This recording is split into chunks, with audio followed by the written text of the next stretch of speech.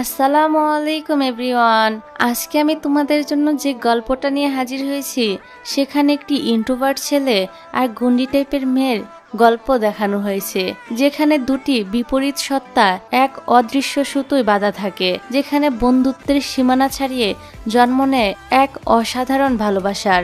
তো চলো আর কথা না বাড়িয়ে এবার ভিডিও শুরু করি। তবে তোমরা চাইলে আমার সেকেন্ড চ্যানেলটাও সাবস্ক্রাইব করে রাখতে পারো, কারণ সেখানেও আমি নতুন নতুন ভিডিও আপলোড করে থাকি।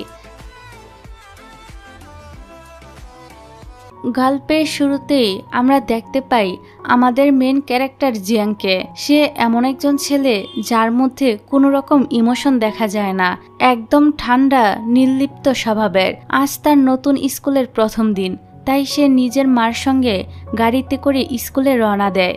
অন্যদিকে আমাদের ফিমেল লিড রুইকে দেখানো হয় ওর আজকে স্কুলে যেতে দেরি হয়ে গিয়েছে, এই কারণে সে দৌড়ে রাস্তায় ছুটছিল সময় মতো স্কুলে পৌঁছানোর জন্য।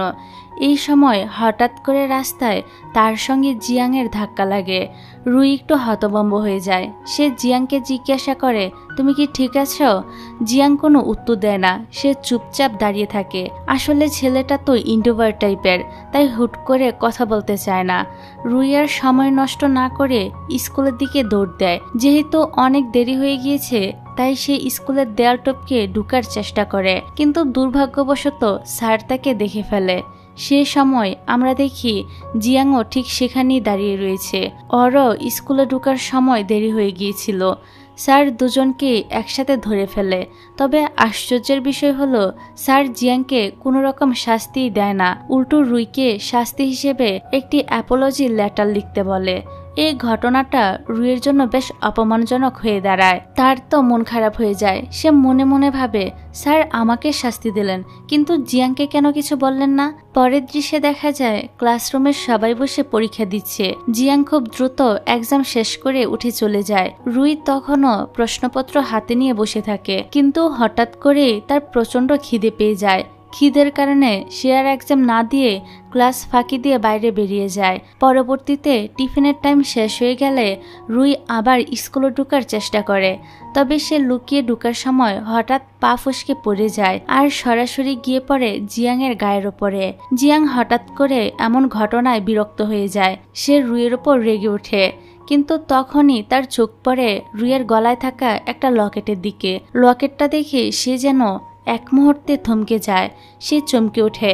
রুই তখন চট করে উঠে সেখান থেকে চলে যেতে চাইলে জিয়াং তার হাত ধরে ফেলে। এতে রুই আরো রেগে যায় এবং কোনো কিছু না ভেবেই একটা ঘুষি মেরে বসে। কিন্তু ঠিক তখনই পিছন থেকে স্যার চলে আসে আর সেই ঘুষিটা সরাসরি গিয়ে পড়ে স্যারের মুখে।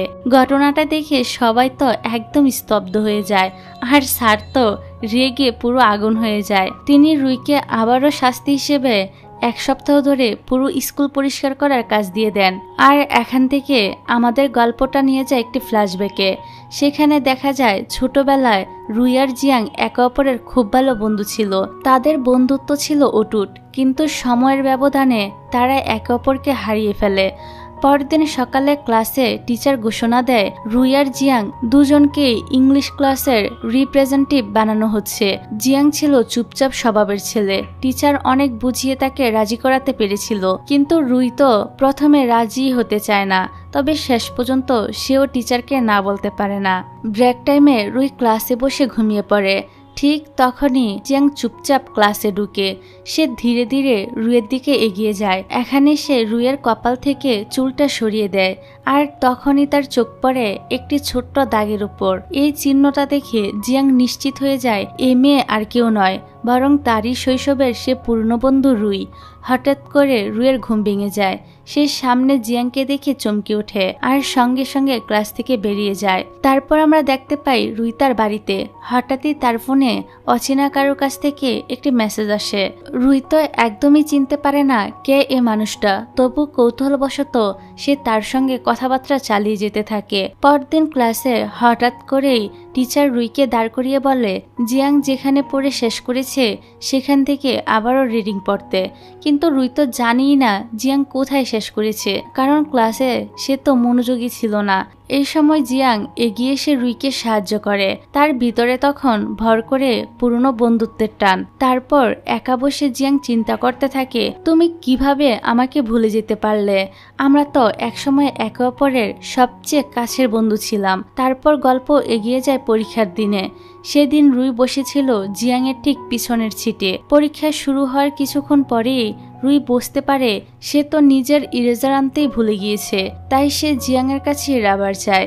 জিয়াংও চুপচাপ নিজের রাবারটা এগিয়ে দেয়। পরীক্ষা শেষে রুইয়ের মনে পড়ে সে তো নিজের খাতায় নাম লিখতেই ভুলে গিয়েছে, কিন্তু তখন আর কিছুই করার ছিল না। যাক, পরের দৃশ্যে রুই তার ফেরত দিতে জিয়াংয়ের কাছে যায়। ঠিক তখনই সেখানে আরেকজন মেয়ের আগমন ঘটে।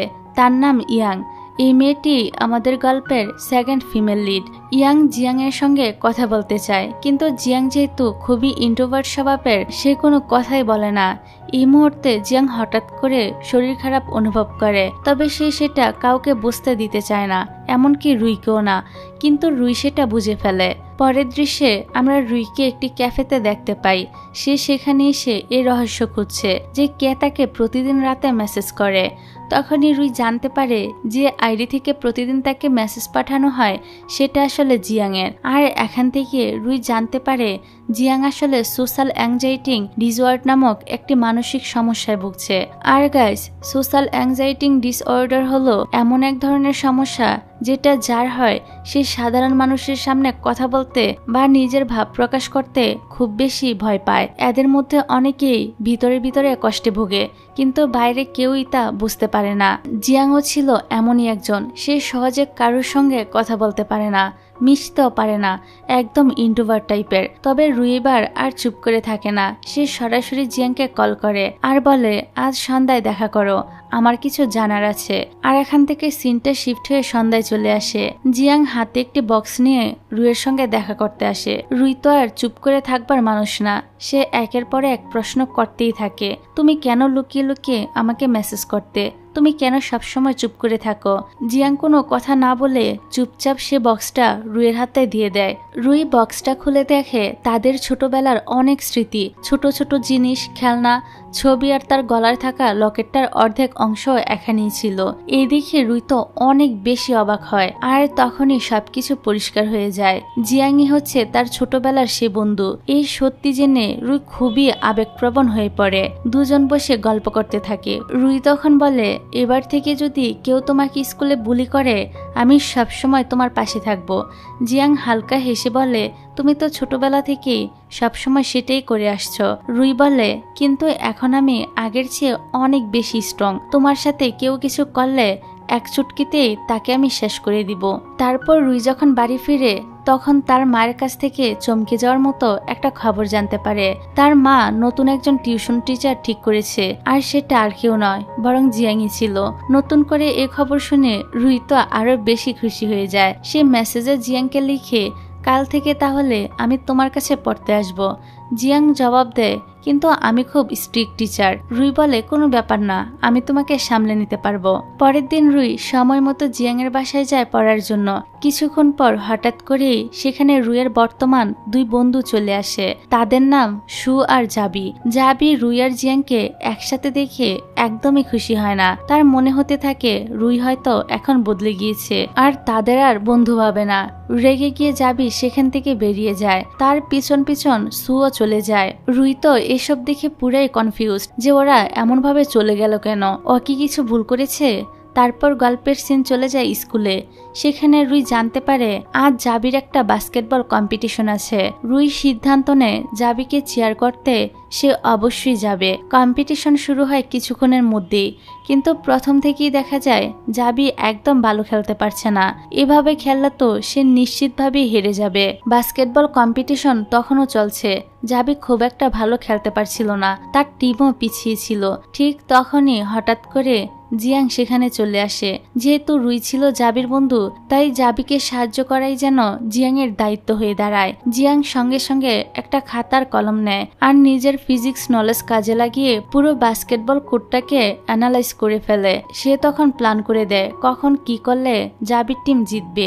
জাবি জিয়াং এর দেওয়া প্ল্যান অনুযায়ী খেলতে শুরু করে আর কয়েক মিনিটের মধ্যেই তার টিম খেলায় জিতে যায়। জিতেই জাবি খুব খুশি হয়ে জিয়াংকে বলে, এখন থেকে তুমি আমার বড় ভাইয়ের মতো। দুজনের মধ্যে একটা নতুন বন্ধুত্ব তৈরি হয়ে যায়। এরপর টিচার জিয়াংকে ডেকে পাঠায়। স্যার বলে, তুমি সায়েন্স নাও, তোমার তো অনেক ট্যালেন্ট। কিন্তু জিয়াং কিছুটা অবাক করে দিয়ে বলে, না স্যার, আমি আর্টস নিব। স্যার জিজ্ঞাসা করে, তুমি হঠাৎ করে আর্টস নিয়ে পড়তে চাইছো কেন? জিয়াং কোনো উত্তর দেয় না। তবে আমরা জানি এই সিদ্ধান্তের কারণ হচ্ছে রুই, কারণ রুইও আর্টস নিয়ে পড়তে চায়। তাই জিয়াংও চুপচাপ তার পাশেই থাকতে চায়। তারপর দেখা যায় ইয়াং চলে আসে রুইয়ের কাছে। সে রুইকে একটা বই দিয়ে বলে, এই বইটা জিয়াংকে দিয়ে দিও। রুইও রাজি হয়ে যায়। ক্লাস চলাকালীন রুই সে বইটা জিয়াংকে দিয়ে দেয়। জিয়াং যখন বইটা খোলে তখন তার ভিতর থেকে একটা লাভ লেটার পড়ে যায়। জিয়াং তো অবাক হয়ে সেটা পড়তে শুরু করে আর না বুঝেই জোরে জোরে পড়তে থাকে। এতে পুরো ক্লাসই তো শুনে ফেলে, এমনকি স্যারও সব শুনে ফেলে। এবার স্যার রেগে গিয়ে ওদের দুজনকে ক্লাস থেকে বাইরে বের করে দেয়। বিশেষ করে রুইকে বেশি বকা দেন, কারণ স্যারের ধারণা এই লাভ লেটারটা রুই লিখেছে। কিন্তু তখন জিয়াং সামনে এসে সাহস করে বলে, স্যার, এই চিঠিটা রুই লিখিনি, এটা ওর হাতের লেখা নয়। স্যার তখন ভালোভাবে দেখে আর বুঝতে পারে সত্যি এটা রুইয়ের হাতের লেখা না। ফলে রুই একরকম স্যারের হাত থেকে বেঁচে যায়। তারপর একটা দৃশ্য দেখা যায়, রুই একা একা ক্লাসে যাচ্ছিল। হঠাৎ ওর কানে আসে একজন ছেলে, নাম লান। সে জিয়াং এর নামে বাজে বাজে কথা বলছে। রুই আর নিজেকে ধরে রাখতে পারে না। সে সঙ্গে সঙ্গে রেগে গিয়ে লানকে ফাইটের জন্য চ্যালেঞ্জ করে। লানও চ্যালেঞ্জ গ্রহণ করে। দুজনের মধ্যে তৈরি হয় নতুন এক উত্তেজনা। কিন্তু যখন জিয়াং এই খবরটা জানতে পারে তখন ওর মনটা অনেক বেশি অস্থির হয়ে ওঠে। রুই কোথায় আছে, কেমন আছে সেটা নিয়ে সে তো খুবই চিন্তায় পড়ে যায়। এক মুহূর্ত দেরি না করে সে সোজা চলে যায় সে জায়গায় যেখানে রুই থাকার কথা ছিল।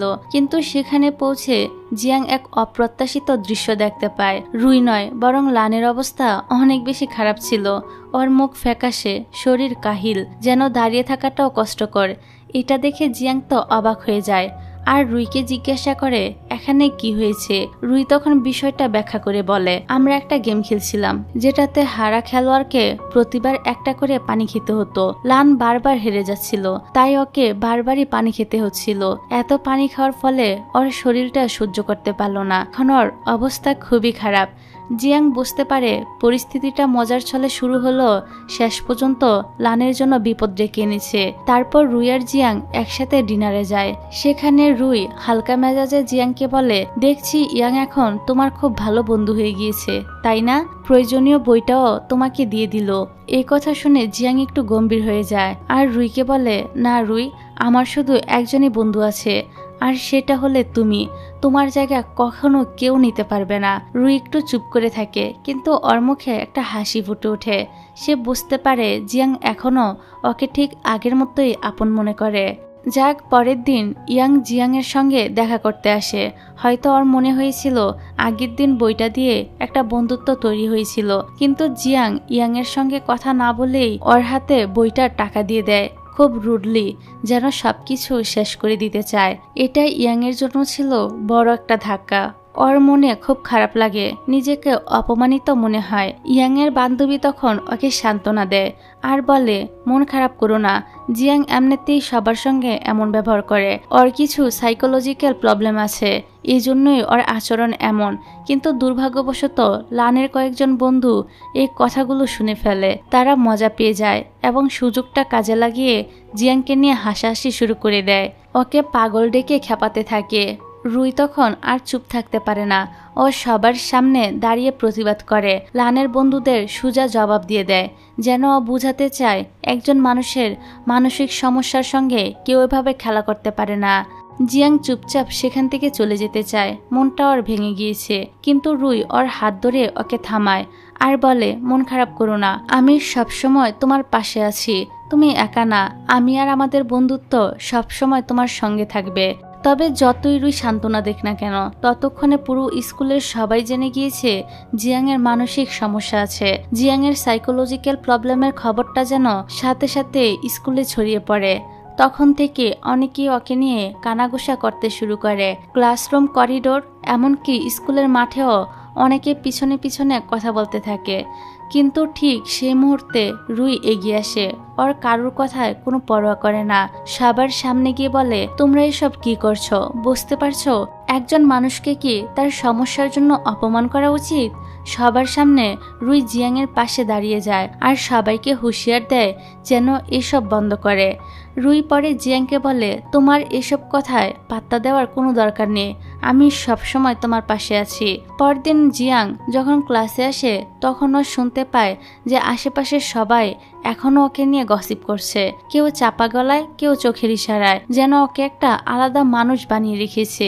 এবার আর জিয়াং চুপ থাকে না, ওর মধ্যে অনেক সময় ধরে জমে থাকা রাগ আর কষ্ট একসাথে বেরিয়ে আসে। ও দাঁড়িয়ে সবাইকে বলে, হ্যাঁ, আমি ছোটবেলায় মানসিক সমস্যায় ভুগতাম, তখন আমার অবস্থা সত্যিই ভালো ছিল না, কিন্তু এখন আমি চেষ্টা করছি নিজেকে বদলাতে। আমি স্কুলে আসছি, বন্ধুদের সঙ্গে মেলামেশা করছি, আমি রিকভারি করছি, আমি স্বাভাবিক জীবনেই ফিরে আসছি। তোমরা যদি আমাকে বিচার করো তাহলে সেটা তোমাদের সমস্যা, আমার না। জিয়াংয়ের এই সাহসী বক্তব্য শুনে সবাই তো অনেক বেশি অবাক হয়ে যায়, কেউ আর একটা কথা বলে না। এদিকে রুই তো এরকম দৃশ্য দেখে আনন্দে আত্মহারা হয়ে যায়, কারণ এ প্রথম জিয়াং নিজের হয়ে সাহস করে কথা বলেছে। রুই বুঝে যায় ওর বন্ধুত্ব এবং সাপোর্ট জিয়াংয়ের জন্য অনেক গুরুত্বপূর্ণ হয়ে উঠেছে। স্কুল ছুটির পর রুই জিয়াংকে আরও উৎসাহ দেয় আর বলে, আজ তুমি নিজের হয়ে কথা বলছো, এটা একটা বড় বিষয়। ভবিষ্যতেও তুমি এমনই থাকবে, ভয় পেও না, আমি তোমার পাশে থাকবো। পরের দিন ছিল স্কুলের অ্যানুয়াল স্পোর্টস ডে। রুই নিজেও একটা খেলায় অংশগ্রহণ নেয়, তবে এই খেলার নাম কারোর ঠিক মনে নেই। খেলার সময় রুই পড়ে গিয়ে কোমরে মারাত্মক চোট পায়। দূর থেকে জিয়াং বিষয়টা দেখে ফেলে। ও আর দেরি না করে সুজা রুইয়ের কাছে ছুটে যায়। রুইও পাশে বসে ওর যত্ন নিতে শুরু করে। ঠিক তখনই হঠাৎ করে জাবি দৌড়ে আসে এবং চেঁচিয়ে বলে, জিয়াং, কেউ তো তোমার নাম 100 মিটার দৌড় প্রতিযোগিতায় দিয়ে দিয়েছে। সবাই তো এটা শুনে অবাক হয়ে যায়, কারণ জিয়াং তো নিজেও এ ব্যাপারে কিছুই জানে না। কেউই জানে না ওর নামটা কে দিয়েছে। সবাই মিলে তখন টিচারের কাছে যায় এ ভুলটা ঠিক করার জন্য, কিন্তু টিচার সোজাসাপটা জানিয়ে দেয়, নাম একবার সাবমিট হয়ে গেলে আর পরিবর্তন করার উপায় নেই, ওকে দৌড়ে অংশ নিতেই হবে। সবাই দুশ্চিন্তায় পড়ে গেলে জিয়াং হঠাৎই আত্মবিশ্বাসের সঙ্গে বলে ওঠে, কোনো সমস্যা নেই, আমি অংশ নিব এই দৌড়ে। ওর কথায় সাহস পায় সবাই। রুই এগিয়ে এসে বলে, তুমি অবশ্যই পারবে, আমি জানি তুমিই পারবে, শুধু নিজের উপর বিশ্বাস রেখো। তারপর শুরু হয় সেই 100 মিটার দৌড়। শুরুতে জিয়াং ধীরে ধীরে দৌড়াতে থাকে, যেন ও নিশ্চিত না পারবে কিনা, কিন্তু হঠাৎ করে ও দেখে রুই মাঠের পাশে দাঁড়িয়ে ওকে চিয়ার আপ করছে। এই দৃশ্য জিয়াংয়ের মধ্যে এক নতুন শক্তি জাগিয়ে তোলে। ও হঠাৎ করেই নিজের গতি বাড়িয়ে দেয়। যতই ফিনিশ লাইনের কাছে আসে তত আরো জোরে দৌড়ায়। শেষ পর্যন্ত সবাইকে চমকে দিয়ে জিয়াংই ফার্স্ট হয়ে যায়। জয়ের আনন্দে জিয়াং এক মুহূর্ত সময় না নিয়ে সুজা গিয়ে রুইকে জড়িয়ে ধরে আর সবাই মিলে এই মুহূর্তটাকে উদযাপন করতে শুরু করে, যেন এটা কেবল একটা দৌড় জিতা নয়, বরং নিজের সাথে নিজের লড়াই জিতার মুহূর্ত। জিয়াং এর উপর সবাই তখন খুবই খুশি, কারণ ওর জন্যই ওদের ক্লাস এবার ফার্স্ট হয়েছে। এদিকে লানার ওর বন্ধুদের কথাবার্তা থেকে বোঝা যায় তারাই ইচ্ছে করে জিয়াং এর নাম দিয়েছিল দৌড় প্রতিযোগিতায়। ব্যাপারটা টিচারের কানে গেলে টিচার তো তাদেরকে শাস্তি দেয়, সবাইকে ক্লাসের সামনে দাঁড় করিয়ে জিয়াং এর কাছে সরাসরি ক্ষমা চাইতে বলে। যাক, পরের দিন ক্লাসরুমে একটা স্পেশাল মুহূর্ত দেখা যায়। জিয়াং নিজ হাতে নিজের পাওয়ার মেডেলটা পরিয়ে দেয়। রুই প্রথমে অবাক হয়ে যায়, সে এমন কিছু একদমই আশা করেনি, কিন্তু অবাক হওয়ার থেকেও সে অনেক বেশি আনন্দিত হয়। সেই রাতে রুই বাসায় ফিরে যায়। সে তখন সেই মেডেলের একটা ছবি তোলে আর জিয়াংকে পাঠিয়ে দেয়, সাথে ছোট করে থ্যাংক ইউ লিখে একটা মেসেজও করে। জিয়াংও তাকে রিপ্লাই করে ধন্যবাদ জানায় সবসময় এভাবে পাশে থাকার জন্য। তারপর একা একা আকাশের দিকে তাকিয়ে জিয়াং মনে মনে ভাবে, লিটল ব্যাব, তুমি কি সবসময় এভাবে আমার পাশে থাকবে? পরের দিন ক্লাসে টিচার এক্সামের রুটিন দিয়ে দেয়। তিনি সবাইকে বলে দেন এক্সাম শুরু হতে বেশি দেরি নেই, এখন থেকে সবাই ভালোভাবে প্রস্তুতি নাও। সবাই একসাথে হ্যাঁ বলে সাড়া দেয় আর বুঝে নেয় সামনে কঠিন সময় আসছে। তারপর দেখা যায় সবাই মিলে দল বেঁধে গ্রুপ স্টাডি শুরু করেছে। কেউ নোট বানাচ্ছে, কেউ প্রশ্ন প্র্যাকটিস করছে, সবাই অনেক সিরিয়াস। তারপর গল্প চলে যায় সরাসরি এক্সামের দিনে। সবাইকে দেখা যায় মন দিয়ে এক্সাম দিচ্ছে, কারোর চোখে কোনো ভয় নেই, আছে শুধু ফোকাস। এক্সাম শেষে সবাই আনন্দে মেতে ওঠে। এখন তো এক্সাম শেষ, এবার রিল্যাক্স করার পালা। এই কথা বলতে বলতে ওরা ঠিক করে এবার থেকে শুধু ঘুরবে আর চিল করবে। কিন্তু ঠিক তখনই টিচার এসে ওদের স্বপ্ন ভেঙে দেয়। টিচার বলে ছুটি মানে পড়া বন্ধ নয়, বরং এবার তো অনেকগুলো হোমওয়ার্ক আছে। এই কথা শুনে সবার মন খারাপ হয়ে যায়, কারণ তারা একদমই এ ধাক্কা আশা করেনি। পরের দিন সকাল সকাল জিয়াং পৌঁছে যায় রুইয়ের বাড়িতে। দরজা খুলে রুই জিয়াংকে দেখে অনেকটাই অবাক হয়। ঠিক তখনই রুইয়ের ছোট ভাই পিছন থেকে এসে রুইকে ধাক্কা দেয়, আর সেই ধাক্কাতে রুই জিয়াংয়ের বেশ কাছে চলে আসে। দুজনেরই চোখে চোখ পড়ে। এই দৃশ্যটা দূর থেকে দেখে ফেলে জাবি আর সু। তারা লুকিয়ে লুকিয়ে তাদেরকে দেখতে থাকে আর মনে হতে থাকে ওরা নিশ্চয়ই লুকিয়ে লুকিয়ে প্রেম করছে। এবার রুই, জিয়াং আর রুইয়ের ভাই পাহাড়ে হাইকিং এ যায়। ওদের পিছনে পিছনে জাবি আর সুও চলে আসে, কারণ ওরা মনে করছিল নিশ্চয় তাদের ভিতরে কিছু একটা চলছে। জাবি বলে ওরা পাহাড়ে নিশ্চয় ডেট করতে এসেছে। সু বলে আমি কি করে জানবো, ওরা শুধু বলছে ওদের সঙ্গে চলো। পাহাড়ে একদম উপরে উঠে ওরা একটা চমৎকার জায়গায় পৌঁছায়। রুই তখন তার ভাইকে বলে এই সিনারিটা দেখো, তুমি চাইলে এখানে বসেই তোমার পেন্টিং এর কাজ শেষ করতে পারো। রুইয়ের ভাই সেই জায়গায় বসেই পেন্টিং শুরু করে দেয়। তখন জিয়াং দেখতে পায় রুই পাশে বসে বসে ঘুমিয়ে পড়েছে। তাই জিয়াং ওর মাথাটা নিজের কাঁধে রেখে দেয়। কিছুক্ষণের জন্য জিয়াং নিজেও ঘুমিয়ে পড়ে। এই দৃশ্য দেখে রুইয়ের ভাই নিজের চলমান পেন্টিং বাদ দিয়ে ওদের দুজনের ঘুমন্ত অবস্থার একটা স্কেচ আঁকতে শুরু করে দেয়। কিন্তু আঁকতে আঁকতে সেও ঘুমিয়ে পড়ে। তারপর রাতের দৃশ্য দেখানো হয়। তখনও রুইয়ের ভাইয়ের ঘুম ভাঙেনি। জিয়াং কাঁধে করে ওকে বাসায় নিয়ে আসে। বাসায় ফিরে রুই জানতে পারে যে ওর ভাই পুরো ব্যাপারটাই নাটক করেছিল, সে আদৌ ঘুমায়নি। রুই তো এটা জেনে খুবই রেগে যায়, কিন্তু রুইয়ের ভাই হেসে হেসে বলে যদি তুমি কিছু বলো তাহলে আমি মাকে এই পেন্টিংটা দেখিয়ে দিব। এই কথায় রুই আর কিছুই বলতে পারে না। তারপর আসে পরীক্ষার ফলাফলের দিন। সবাই যার যার রেজাল্ট পেয়ে আনন্দে আলোচনা করতে থাকে কে কোন ইউনিভার্সিটিতে যাবে তা নিয়ে। কিন্তু রুই একাই চুপ থাকে, কাউকে কিছু না বলেই চলে যায়। এই ব্যাপারটা দেখে জিয়াং অবাক হয়ে যায়। ও ভাবতে থাকে রুই এমন করছে কেন। রুই চলে যায় এক ক্যাফেতে। মজার ব্যাপার হলো লান এই ক্যাফেতেই কাজ করত। রুইয়ের মুখ ভার দেখে লান ওর মন ভালো করার জন্য গেম খেলার চ্যালেঞ্জ দেয়। রুই প্রথমে কিছু না বললেও পরে রাজি হয়ে যায়। ওরা একসাথে গেম খেলতে শুরু করে আর ধীরে ধীরে রুইয়ের মোডটাও ভালো হয়ে যায়। এই দৃশ্য আবার জিয়াং দেখে ফেলে। ওর তো তাদের দুজনকে একসাথে দেখে খুবই খারাপ লাগে। সে অনেকটাই জেলাস ফিল করে। মনে মনে ভাবে রুই তো কখনো আমার সঙ্গে এভাবে খুশি থাকে না, আমি কি কখনোই তাকে এভাবে হাসাতে পারি না। পরের দিন ক্লাসে নানজিয়াং রুইকে কিছু পড়ার নোটস দেয়, কিন্তু রুই রেগে গিয়ে সেগুলো না নিয়ে চুপচাপ চলে যায়। জিয়াং তো এত খুবই কষ্ট পায়। ও ভাবতে থাকে রুই এমন করছে কেন। রাতের বেলায় আমরা রুইয়ের কথা থেকে জানতে পারি রুই এসব করছে ইচ্ছে করি, কারণ ও চায় না জিয়াং ওর কারণে কোনো ভালো ইউনিভার্সিটিতে চান্স পেয়েও সেটা হারিয়ে ফেলুক। রুই জানে জিয়াং খুবই ভালো ছাত্র, ওর ভবিষ্যৎ উজ্জ্বল, আর রুই নিজেকে খুবই সাধারণ স্টুডেন্ট বলে মনে করত। তাই ওর মনে হয় ও হয়তো ভালো কোনো ইউনিভার্সিটিতে চান্সই পাবে না। এই কারণে রুই জিয়াং থেকে নিজেকে দূরে সরিয়ে রাখতে চাইছে। এদিকে আবার জিয়াং জাবির কাছ থেকে কথায় কথায় সবকিছু জেনে ফেলে। জাবি আর সু কিভাবে ভুল বুঝাবুঝি তৈরি করেছিল আর কিভাবে তারা ভাবছিল যে ওরা লুকিয়ে লুকিয়ে ডেট করছে।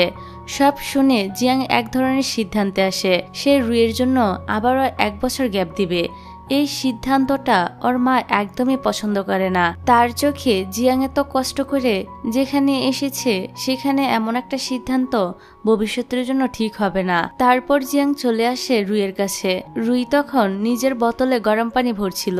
তাড়াহুড়া করতে গিয়ে হঠাৎ করেই সে গরম পানি পড়ে যায় জিয়াং এর হাতে। এই সময় ঘটনাস্থলে পৌঁছায় জিয়াং এর মা।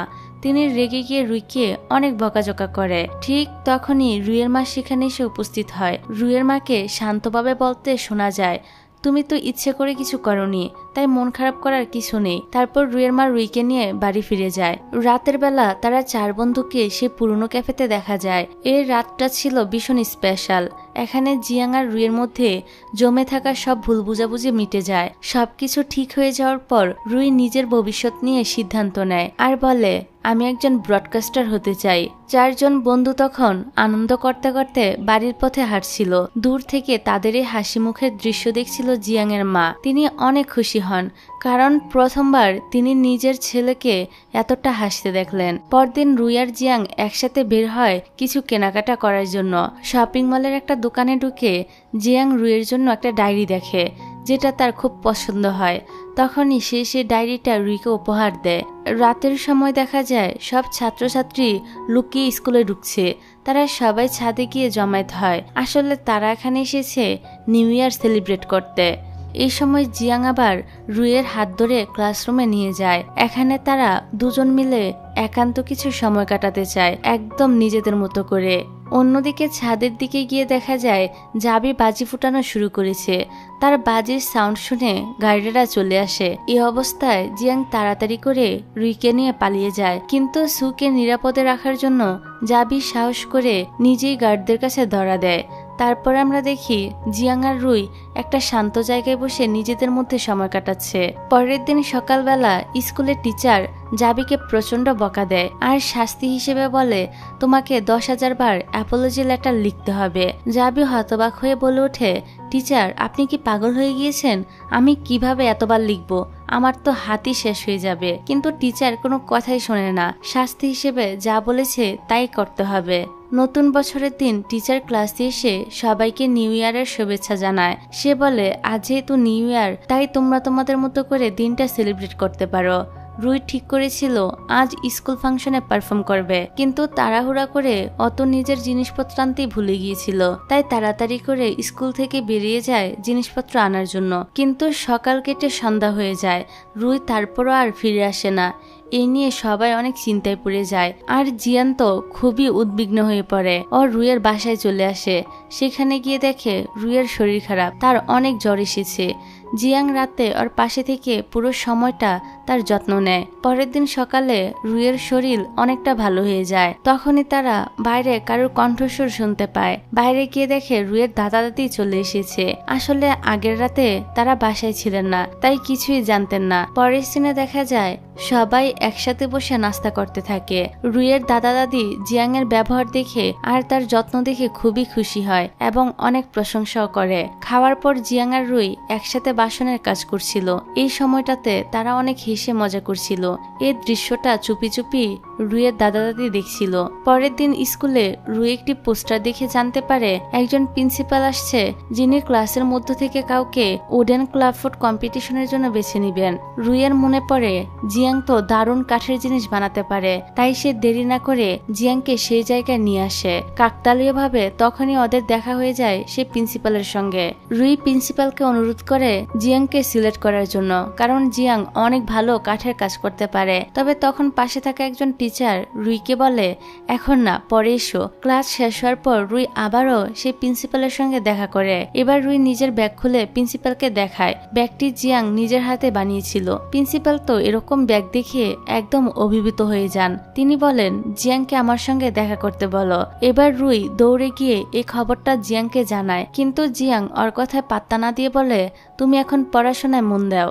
পরের দৃশ্যে দেখা যায় ওরা সবাই একটি ইউনিভার্সিটির সামনে দাঁড়িয়ে আছে। ওরা এখানে নিজেরা ভর্তি হতে এসেছিল আর ইতিমধ্যে অ্যাডমিশনও দিয়ে দিয়েছে। পরের সিনে সেই ইউনিভার্সিটি থেকে একটি লেটার আসে, যেটি জাবি রিসিভ করতে যায়। কিন্তু লেটারে শুধু জাবি, সু আর জিয়াং এর নামই ছিল, রুইয়ের নাম ছিল না। রুই যখন এটা জানতে পারে তখন তো সে ভেঙে না পড়ে উল্টো বলতে থাকে, চিন্তা করো না, এবার থেকে আমি মন দিয়ে পড়াশোনা করব আর দ্বিতীয়বার অবশ্যই চান্স পাবো। রুইয়ের এই সংকল্প দেখে জিয়াং ঠিক করে এবার থেকে সে নিজেই রুইকে সাহায্য করবে। জিয়াং নিজে রুইকে পড়াতে শুরু করে আর জাবি তাকে স্পোর্টসে ভালো করার জন্য নিয়মিত প্র্যাকটিস করাতে থাকে। কিছুদিন পর রুইয়ের এক্সাম শুরু হয় আর দেখতে দেখতে সবগুলো পরীক্ষা শেষও হয়ে যায়। কিন্তু রেজাল্টের দিন যখন সবাই রুইয়ের ফলাফল দেখে তখন একটা দুঃখজনক বিষয় সামনে আসে। শুধুমাত্র 1 নম্বর কম হওয়ার কারণে রুই ইউনিভার্সিটিতে চান্স পায় না। এটা দেখে তো জিয়াং একদম কেঁদে ফেলে। ওর মনে হচ্ছিল এ কষ্ট যেন রুইয়ের না, তার নিজেরই। রুই তখন জিয়াংকে শান্ত করে বলে, মন খারাপ করিস না, আমরা সবসময় একসাথেই থাকবো। ইউনিভার্সিটি আলাদা হতে পারে কিন্তু আমাদের বন্ধুত্ব কখনই আলাদা হবে না। তারপর সময় এগিয়ে যায়। পরের দৃশ্যে দেখা যায় রুই আর জিয়াং নিজেদের ইউনিভার্সিটির দিকে রওনা হচ্ছে। আসলে রুই নিজে এমন একটা ইউনিভার্সিটিতে ভর্তি হয়েছে যেটা জিয়াং এর ইউনিভার্সিটির একদম পাশেই ছিল। রুই জিয়াং এর হোস্টেল দেখতে যায় কিন্তু ওইখানকার পরিবেশ দেখে তার একদমই ভালো লাগে না। ও বুঝে যায় এই জায়গাটা জিয়াং এর থাকা উপযোগী না। তাই রুই জিয়াং এর জন্য একটা অ্যাপার্টমেন্ট খুঁজে বের করে। এই অ্যাপার্টমেন্টটা দুজনেরই খুব পছন্দ হয়। অনেকটা ক্লান্ত থাকার কারণে সেদিন জিয়াং সেখানেই ঘুমিয়ে পড়ে। রুই চুপচাপ ওর পাশে এসে বসে, মুগ্ধ হয়ে তাকিয়ে থাকে জিয়াং এর মুখের দিকে। ঠিক তখনই জিয়াং এর ঘুম ভেঙে যায়। ওরা একে অপরের দিকে এক দৃষ্টিতে তাকিয়ে থাকে আর একটু একটু করে কাছে আসতে থাকে। ঠিক তখনই রুইয়ের ফোনটা বেজে ওঠে। কল আসার আর কোনো সময় পেল না। যাই হোক, পরের দিন ইউনিভার্সিটিতে ক্লাসের সময় এক নতুন ছেলের আগমন হয়। তার নাম হলো গাও। সে এসে জিয়াং এর সঙ্গে বন্ধুত্ব করতে চায়। জিয়াং অবাক হয়ে তার দিকে তাকিয়ে থাকে। অনেকক্ষণ দাঁড়িয়ে থাকলো। জিয়াং কোনো উত্তর না দিলে গাও চুপচাপ নিজের সিটে গিয়ে বসে পড়ে। পরের সিনে দেখা যায় জাবি আর সু এসেছে রুই আর জিয়াং এর অ্যাপার্টমেন্টে। তারা সবাই একসাথে এখানে লাঞ্চ করে, অনেক মজা করে সময়গুলো কাটায়। রাতের বেলা জিয়াং এর নামে একটি পার্সেল আসে। রুই সেটা খুলে দেখে ভিতরে একটি ক্যামেরাটা দেখে রুই তো প্রচন্ড রেগে যায়। সে কোনো কিছু না বলে সুকে নিয়ে বাইরে চলে যায়। রাস্তায় রুই সুকে বলে, জিয়াং তো এখনো আমার উপর ভরসা করে না। আমি কত চেষ্টা করেছি ওকে আগের ট্রমা থেকে বের করে আনতে, কিন্তু তাও ও আবার ক্যামেরা অর্ডার করেছে। এদিকে জিয়াং পার্সেলের ভিতরে ক্যামেরা দেখে বুঝে যায় রুই কেন তার উপর রেগে গিয়েছে। পরের দিন জিয়াং রুইয়ের সঙ্গে দেখা করতে আসে। একটু দ্বিধা নিয়ে সে রুইয়ের সামনে দাঁড়িয়ে বলে, আমার আচরণ নিয়ে যদি তুমি কখনো কষ্ট পেয়ে থাকো তাহলে সত্যি আমি অনেক বেশি দুঃখিত। রুই ওর দিকে তাকিয়ে একটু অবাক হয় কিন্তু হাসি মুখে সবকিছু মাফ করে দেয়। জিয়াং জানায় সে ধীরে ধীরে ড্রামার চরিত্র থেকে বেরিয়ে আসছে। এখন সে বাস্তব জীবনকে একটু একটু করে আলাদা করে বুঝতে শিখছে। সে এখানে আরো বলে, আমি এখন আমার ক্লাসমেটদের সঙ্গে একটা গ্রুপে কাজ করছি। আমরা সবাই মিলে অ্যাসাইনমেন্ট তৈরি করছি। এই কথা শুনে রুইও অনেকটা খুশি হয়, কারণ জিয়াং অবশেষে সামাজিক হতে শুরু করেছে আর রুই তো এটাই চেয়েছিল। এই কারণে তার খুবই ভালো লাগছে। তারপর জিয়াং রুইকে তার গ্রুপমেটদের সঙ্গে পরিচয় করিয়ে দেয়। সবাই মিলে হাসি ঠাট্টা করে সময় কাটায়। পরের দিন ক্লাসে অ্যাসাইনমেন্ট জমা দেওয়ার দিন ছিল। পুরো ক্লাসের মধ্যে জিয়াং এর অ্যাসাইনমেন্টটাই টিচারের সবচেয়ে বেশি পছন্দ হয়। টিচার প্রশংসা করে বলে, তোমার কাজটা সত্যি অসাধারণ হয়েছে, এটা আলাদা করে চোখে পড়েছে।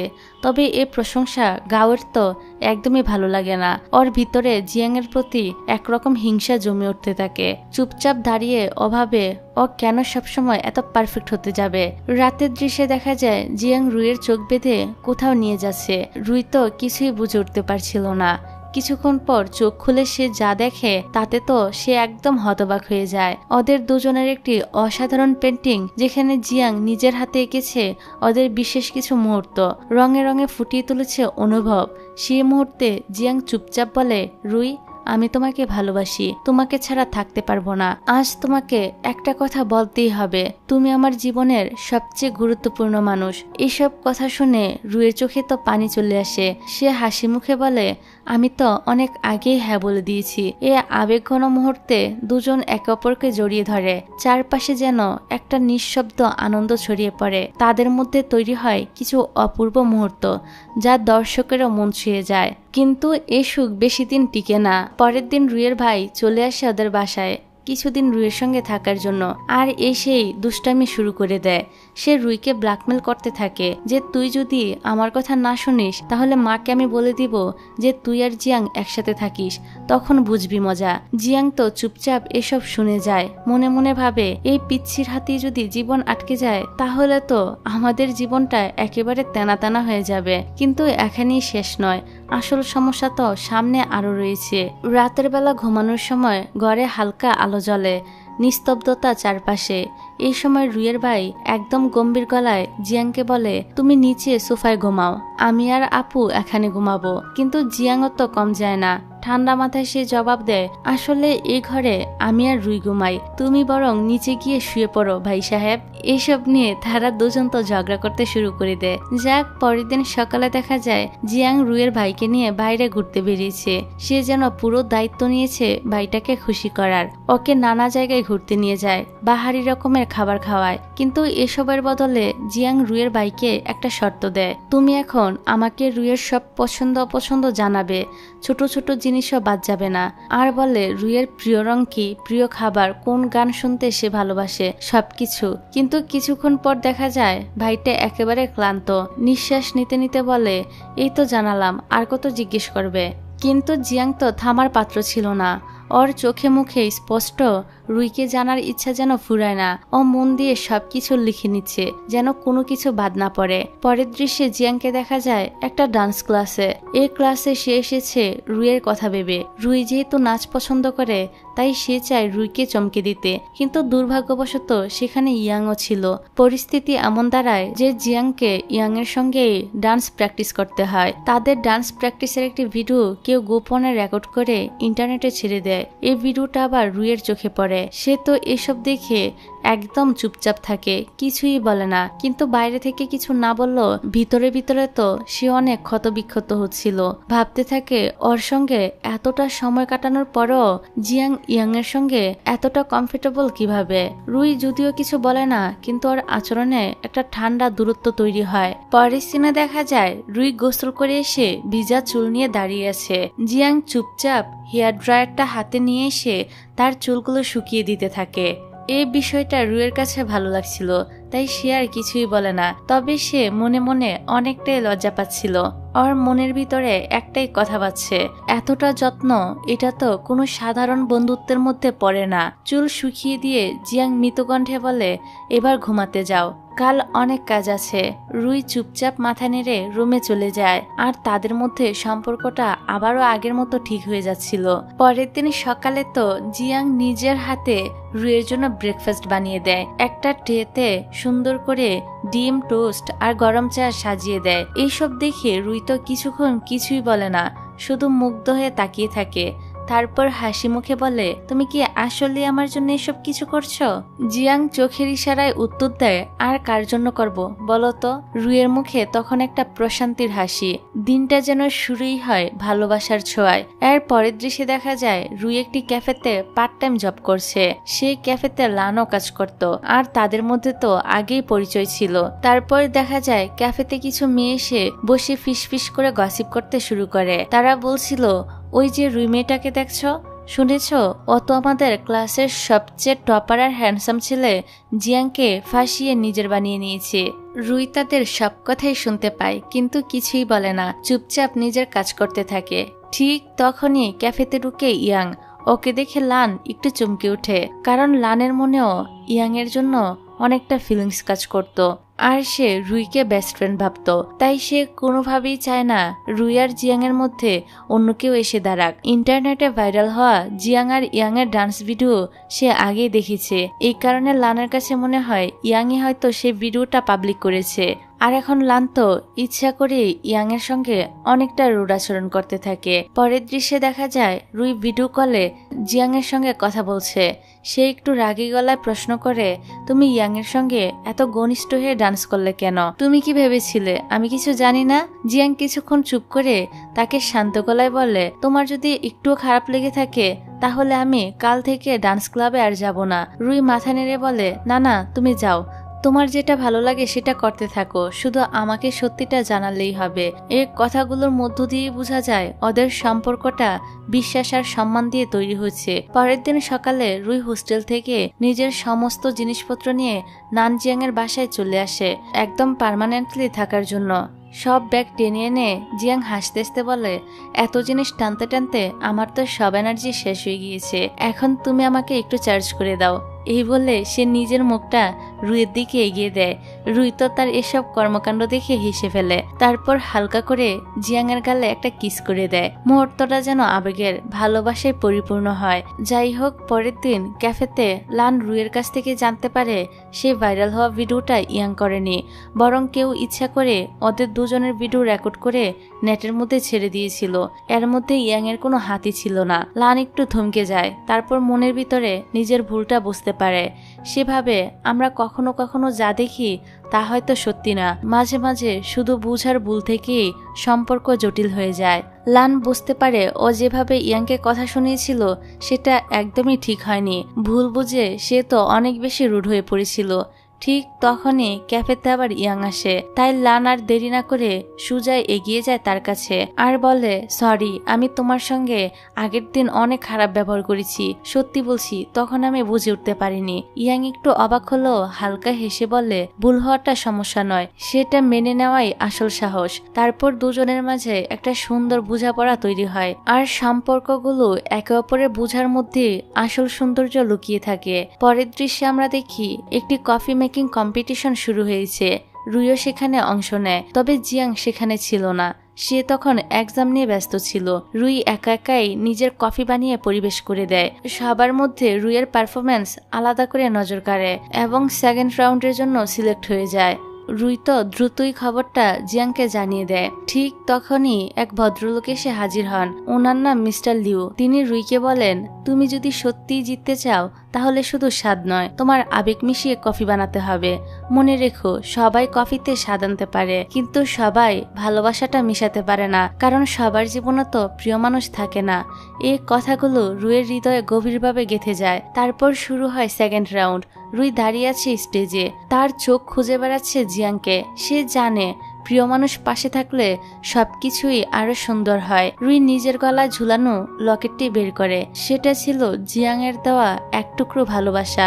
লকেটটি ছুঁয়েই রুই চোখ বন্ধ করে ফেলে আর মনে মনে বলে, তুমি এখানে না থাকলেও আমার অনুভবে তুমি সবসময় থাকো। এদিকে এক্সাম শেষ হতে না হতেই জিয়াং ছুটে চলে আসে কম্পিটিশনের ভেন্যুর দিকে, কিন্তু যখন সে পৌঁছায় তখন সবকিছু শেষ হয়ে যায়। রুই দাঁড়িয়েছিল ওর জন্য একটা শান্ত হাসি নিয়ে। জিয়াং কিছু বলে না, শুধু চুপচাপ তার পাশে দাঁড়িয়ে পড়ে। মুহূর্তটা ছিল একদম নিঃশব্দ, কিন্তু ভালোবাসায় পরিপূর্ণ। তারপর সেই জায়গায় এসে একজন ইতালিয়ান জাজ। সে রুইয়ের কাজ দেখে মুগ্ধ হয়ে যায় আর প্রস্তাব দেয়, তুমি চাইলে আমাদের সঙ্গে ইতালিতে কাজ করতে পারো। কিন্তু রুই হালকা হেসে বলে, ধন্যবাদ, তবে আমি এখনই আমার পথ চলা বদলাতে চাই না। জিয়াং পাশেই দাঁড়িয়েছিল, সে সবকিছু শুনছিল। তার কাছে মনে হয়, তাহলে কি রুই শুধুমাত্র আমার জন্যই এমন একটা বড় সুযোগ ফিরিয়ে দিচ্ছে? যাক, পরদিন রুই ক্যাফেতে কাজ করছিল। তখন হঠাৎ করে জিয়াং সেখানে হাজির হয় আর বলে, তুমি তো কাজ করছো, কিন্তু একটা দরকারি কাজ ভুলে গেছো।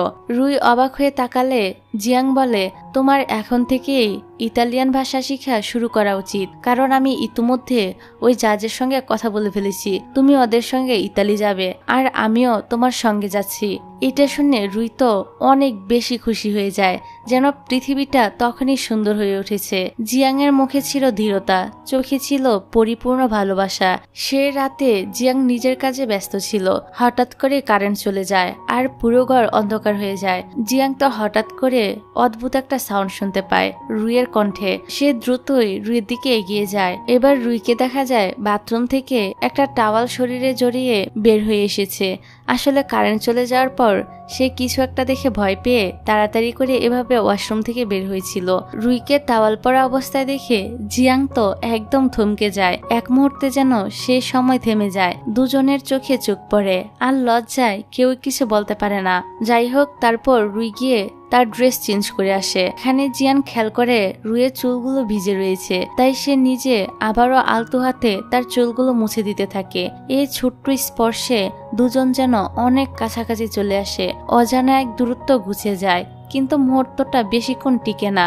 রুই হঠাৎ করে নিজেকে সামলে নিয়ে ঘর ছেড়ে চলে যায়, যেন কিছু একটা ভেঙে পড়ার আগেই থামিয়ে দেয়। রুমে ফিরে রুই নিজের সঙ্গে লড়াই করতে থাকে। ভিতরে এক অস্বস্তিকর ভাব, আসলে একটু আগে কি হতে যাচ্ছিল এই ভাবনা তাকে সারা রাত ঘুমাতে দেয় না। পরের দিন জিয়াংকে দেখা যায় একটি অ্যাওয়ার্ড শোতে। সে একটি ইনোভেটিভ প্রজেক্ট তৈরি করেছিল, সেই কারণেই তাকে সম্মান জানানো হচ্ছে। রুইও সেখানে ছিল, তার চোখে অনেক আনন্দ। সে চুপি চুপি জিয়াংকে বলে, আমি আমার স্বপ্নটা ঠিক করে ফেলেছি, ইতালি থেকে ফিরে দেশে একটা কফি রেস্টুরেন্ট খুলব। তারপর মঞ্চে ডাকা হয় জিয়াংকে। সবার সামনে দাঁড়িয়ে হাতে অ্যাওয়ার্ড নিয়ে জিয়াং বলে, এই প্রজেক্ট যদি কারোর জন্য সম্ভব হয় সেটা হলো রুই। ও না থাকলে আমি একা একা এসব কখনই করতে পারতাম না। এখানে তো সে সবার সামনে এটাও জানিয়ে দেয় যে রুইকে সে ভালোবাসে। ভালোবাসার মানুষের মুখে এসব কথা শুনে রুই তো আনন্দে একদম আত্মহারা হয়ে যায়। এভাবে আরো বেশ কয়েকটা বছর পার হয়ে যায়। এবার আমরা দেখি ইয়াং আর লানো এখন রিলেশনে রয়েছে।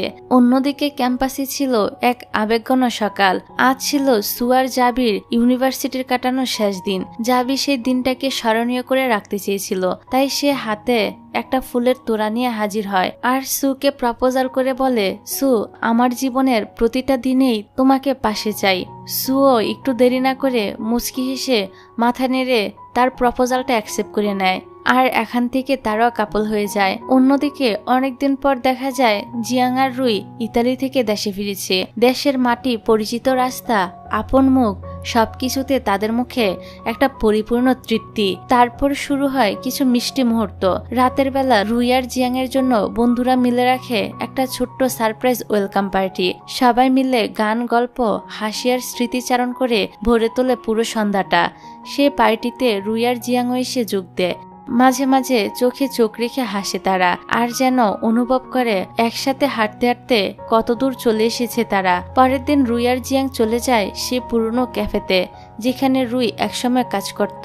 স্মৃতির ঢেউ বয়ে যায় রুইয়ের চোখে। সে চেনা দেয়াল, সে কফির গ্রান, এই জায়গাটাকে রুই এবার নিজের স্বপ্নে রং দিতে চায়। সে সিদ্ধান্ত নেয় এখন থেকে এই ক্যাফেটা সেই চালাবে। জিয়াং পাশে দাঁড়ায়। তাদের দুজনের চোখে একটাই ভাষা, ভবিষ্যতের নির্ভরতা। জিয়াং নিজের হাতে কফি বানিয়ে দেয় রুইকে। এক চুমুকে সেই কফিতে যেন গ্রামের তৃপ্তি, ভালোবাসার উষ্ণতা। তারপর তারা দুজনে একদম রোমান্টিক ওয়েতে একটা কিস করে। আর তাদের এ ভালোবাসা ভরা মুহূর্ত দেখিয়ে এর ড্রামাটা এখানেই শেষ হয়।